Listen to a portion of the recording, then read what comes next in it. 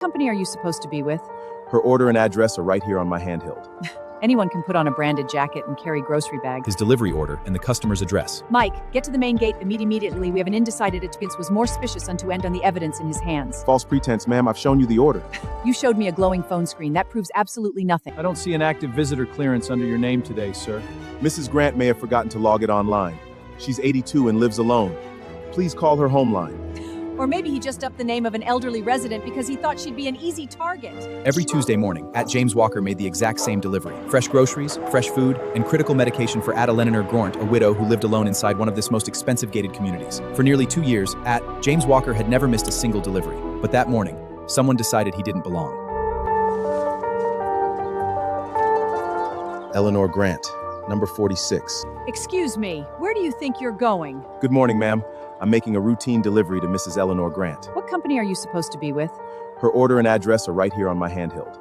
Anyone can put on a branded jacket and carry grocery bags. Ma'am, I've delivered to Mrs. Grant every single Tuesday for almost 2 years. I am on the HOA board. I know everyone who comes into this community, and I have never seen you before. You're not going anywhere until security gets here. James Walker had shown his uniform, his delivery order, and the customer's address. Mike, get to the main gate immediately. We have an undecided evidence was more suspicious unto end on the evidence in his hands. False pretense, ma'am. I've shown you the order.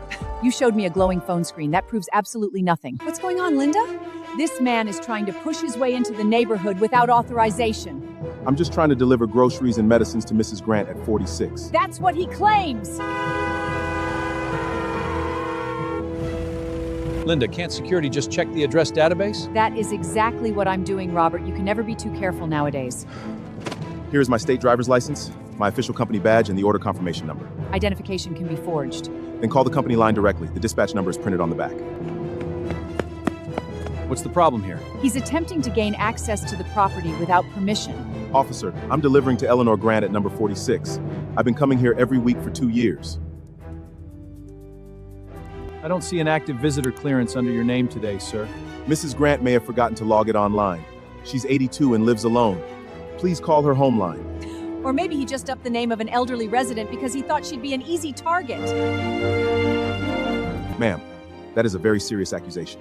Then you shouldn't mind waiting out here while we make sure our residents are safe. Safety also means getting cold insulin to the diabetic person who needs it. She can wait. To Linda, the delay was an inconvenience. To James, it was a growing risk to an elderly woman who depended on him. Come on, Mrs. Grant, please pick up. What specific medication is in there? Insulin and heart regulators. The label explicitly says it must remain refrigerated. Look, we have a mini fridge inside the guard booth. No! Nothing touches community property until we know this entire situation is legitimate. Ma'am, the prescription label has Mrs. Grant's full name, address, and pharmacy license printed right on it. Labels can be printed on any home computer. My uniform could be fake. My driver's license could be fake. The delivery manifest could be fake. And now the doctor's prescription label could be fake. Tell me, ma'am, what actual evidence would you accept? Don't you dare challenge me. This is private property. I'm not challenging you. I'm asking you to verify the facts instead of rejecting everything before you even look at it. Linda, he makes a valid point. Why don't we just use the security intercom to dial Eleanor directly? Mrs. Grant, this is Gate Security. Please contact us regarding an urgent delivery. She has severe arthritis and trouble walking. Sometimes it takes her several minutes just to reach the phone. How long has he been standing out here in the heat? Almost 20 minutes now. If you're doing nothing wrong, Linda, there should be no problem documenting it, how you're handling it. Mrs. Grant missed a dose last month. She got dizzy and took a severe fall. That's why I always bring her bags straight into her kitchen so she doesn't strain herself. That sounds like her personal problem. No, man, becomes everyone's problem when we stop caring about basic human life. Just as the medicine was beginning to warm in the morning sun, the one person who could expose the truth finally arrived. Oh. James! Thank goodness you're still here! I've been trying to call you. My phone was upstairs. I waited by the window for you, but when you didn't show up, I asked Susan to drive me down. Why are my grotas and medicines sitting outside in the heat? Eleanor, dear, we were protecting you. This unauthorized individual tried to enter without proper screening. This individual? His name is James Walker. He has brought me my food and life-saving medicine every single Tuesday for almost 2 years. I tried to show you. After my husband passed away, I couldn't carry heavy threes and groceries into the house. James started carrying them straight into my kitchen. He never complained. He never rushed me. When my walker wheel snapped, he brought his own tools and fixed it in my garage. When my heater broke down last winter, he stayed on his own time until the technician arrived because he didn't want an old woman sitting in the freezing cold. You did all of that? Mrs. Grant needed help, sir. Do you know why he understands duty and honor? Because James served in the United States Army for 12 years.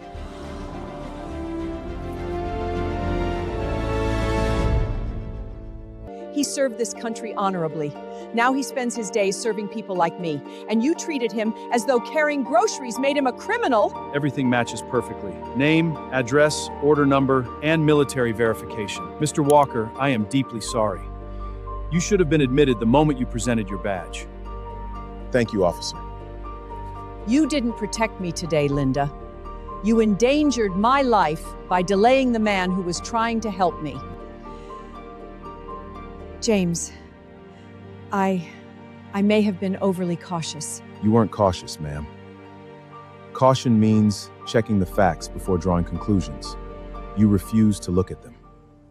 I was only trying to keep the community safe. I understand. I served 12 years keeping people safe. Real safety begins with fairness. Ask questions. Listen before judging. You're right. I judged you before I knew anything about you. I'm truly sorry. I accept your apology, ma'am. I just hope the next delivery driver won't have to prove they belong before being treated fairly.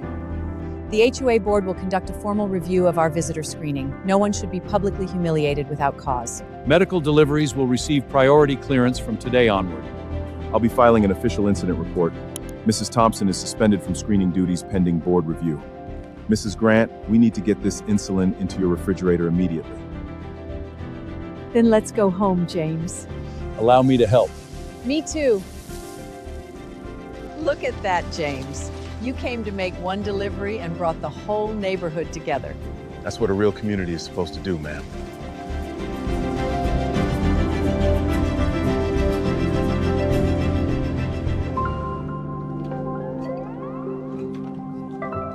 You stayed and waited even after the way she treated you. Why? Because you still needed your medicine, Mrs. Grant.